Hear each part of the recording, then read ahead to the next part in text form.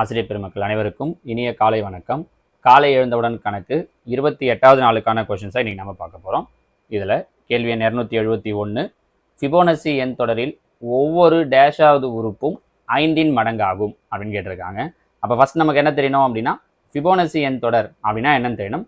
Fibonacci எண் தொடர் அப்படின்னா ஆல்ரெடி நம்ம தனியாக ஒரு வீடியோ போட்டிருக்கோம். அது எப்படி ஆரம்பிக்கும் அப்படின்னா 1 1ன்னு ஆரம்பிக்கும்.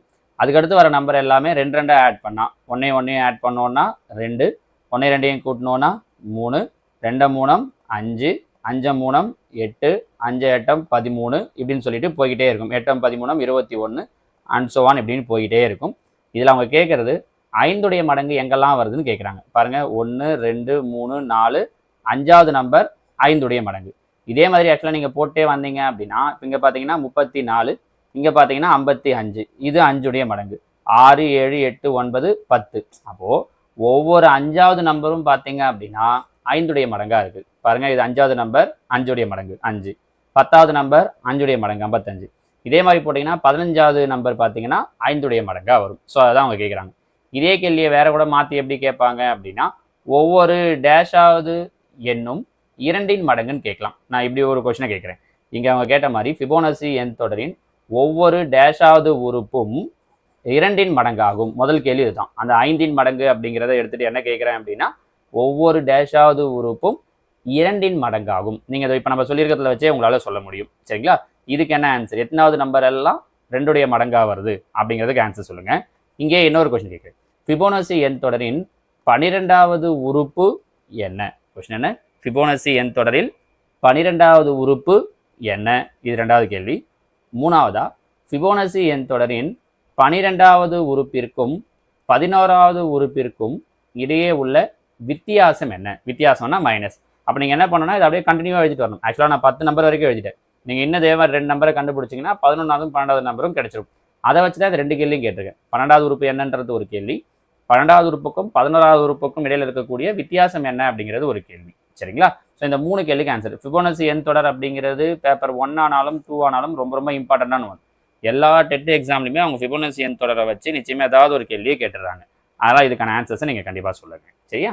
அடுத்தது 272.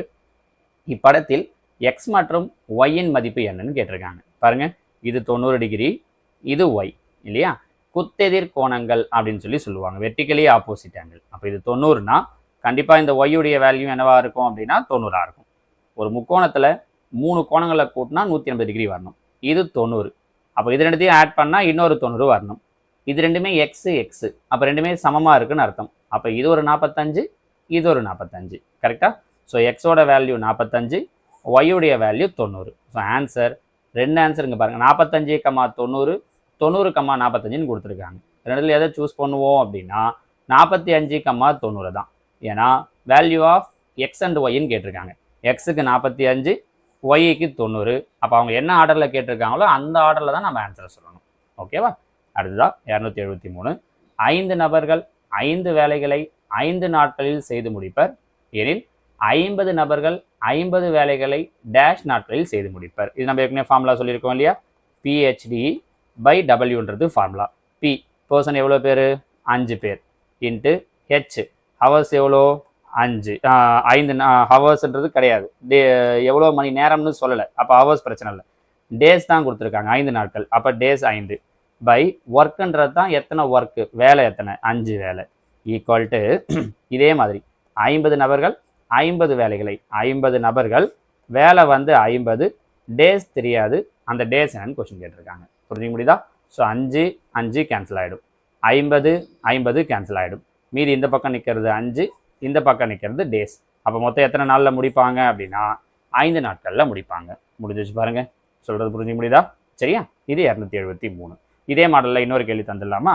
4வதா, 10 நபர்கள் 10 வேலைகளை 10 நாட்களில் முடிப்பார்கள் எனில் 100 நபர்கள் 50 வேலைகளை, இங்கே நம்பரை மாற்றிருக்கேன் நான்.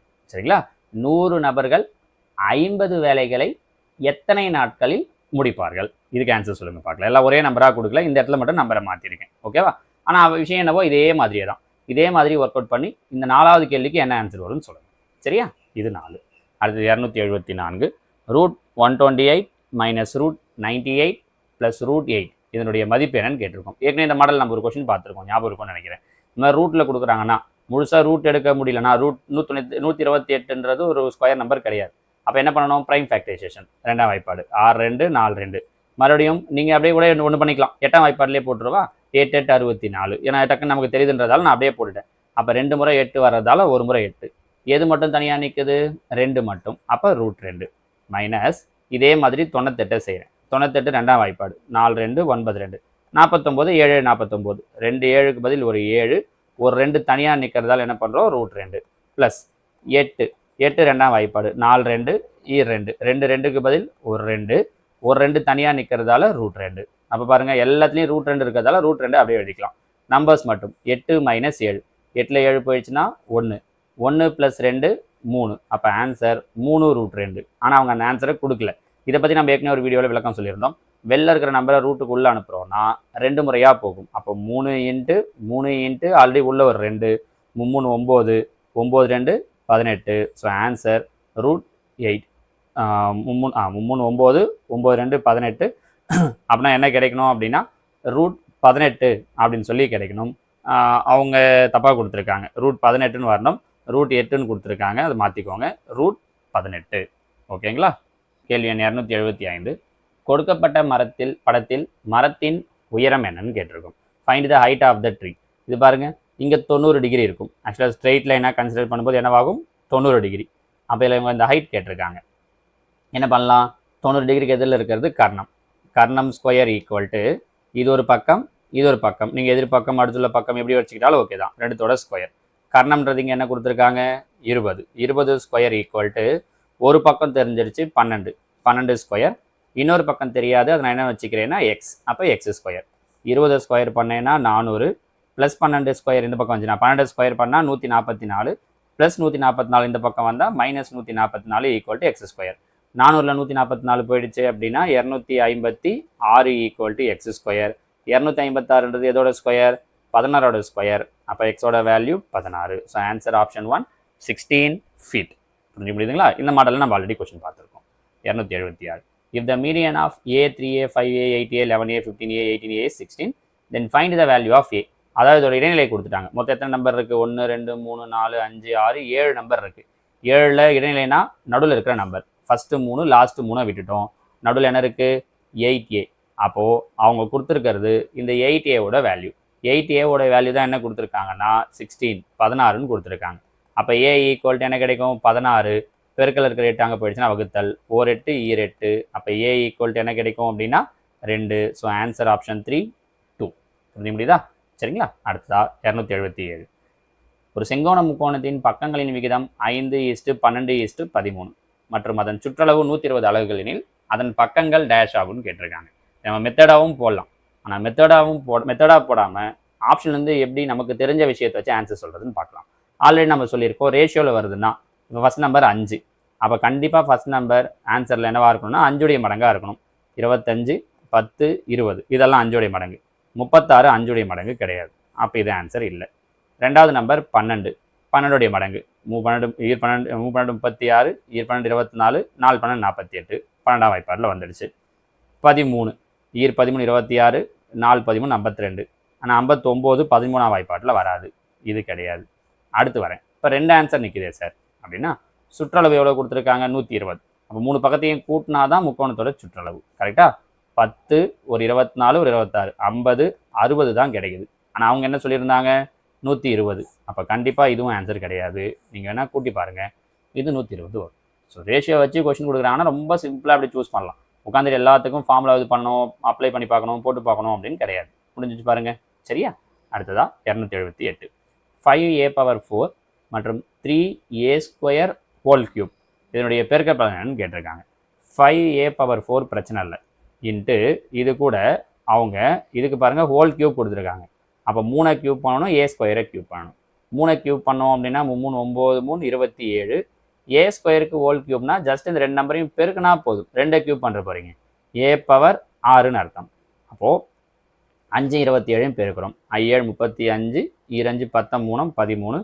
A பவரில் இருக்கிற 2 நம்பரையும் ஆட் பண்ணிக்கிறோம். இங்கே 4 இங்கே 6 4 6 கூட்டினா 10.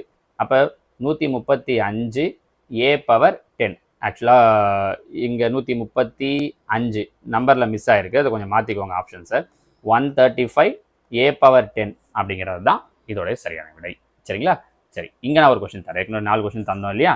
இந்த இடத்துல 2a³ மற்றும் 3a⁴ ஆகியவற்றின் பெருக்கல் பலன், இதோட ப்ராடக்ட் என்னன்னு கேட்குறேன். இதுக்கான ஆன்சர் சொல்லுங்க பார்க்கலாம். சரியா?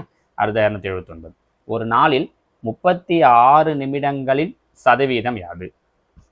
ஒரு நாள், ஒன் டேவில், ஒரு நாளைக்கு மொத்தம் 24 மணி நேரம், ஒரு மணி நேரத்துக்கு மொத்தம் 60 நிமிஷம். அப்போ 24 × 60, நீங்கள் தேவையான மொத்த நிமிஷமாக கூட இதை கன்வெர்ட் பண்ணிக்கலாம். நான் அப்படியே போட்டுக்கிறேன். 24, ஒரு நாளைக்கு 24 மணி நேரம், ஒரு மணி நேரத்துக்கு 60 நிமிஷம்.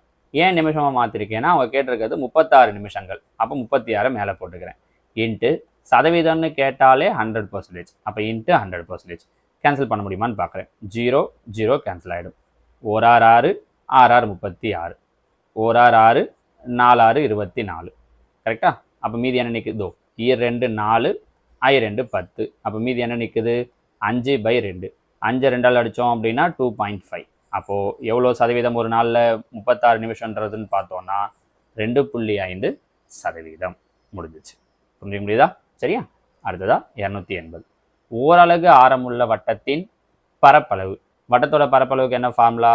πr². ஆரம் என்ன கொடுத்துருக்காங்கன்னா ஓரலகு. ஓரலகுனா அது இங்கிலீஷில் கொடுத்துருக்காங்க பாருங்க அழகாக, 1 யூனிட். அப்போ ரேடியஸ் 1. அப்போ π × 1² 1 தான். அப்போ ஆன்சர் என்ன கிடைக்கும் அப்படின்னா π. So answer π² unit. முடிஞ்சிச்சு பாருங்க. புரிஞ்சு முடியுதுங்களா? இதுலேயே 2 ஆப்ஷன் கொடுத்துருக்காங்க. π யூனிட்னு ஒன்று, π² யூனிட்னு ஒன்று. ஏரியா கேட்டிருக்காங்க. ஏரியா எப்பவுமே ஸ்கொயர் யூனிட்டில் தான் கிடைக்கும். So second option. சரிங்களா? ஸோ இதோட இன்றைக்கான கொஷின்ஸ் முடியுது. நாளைக்கு இன்னொரு 10 கேள்வியோடு உங்களை பார்க்குறேன். தேங்க்யூ.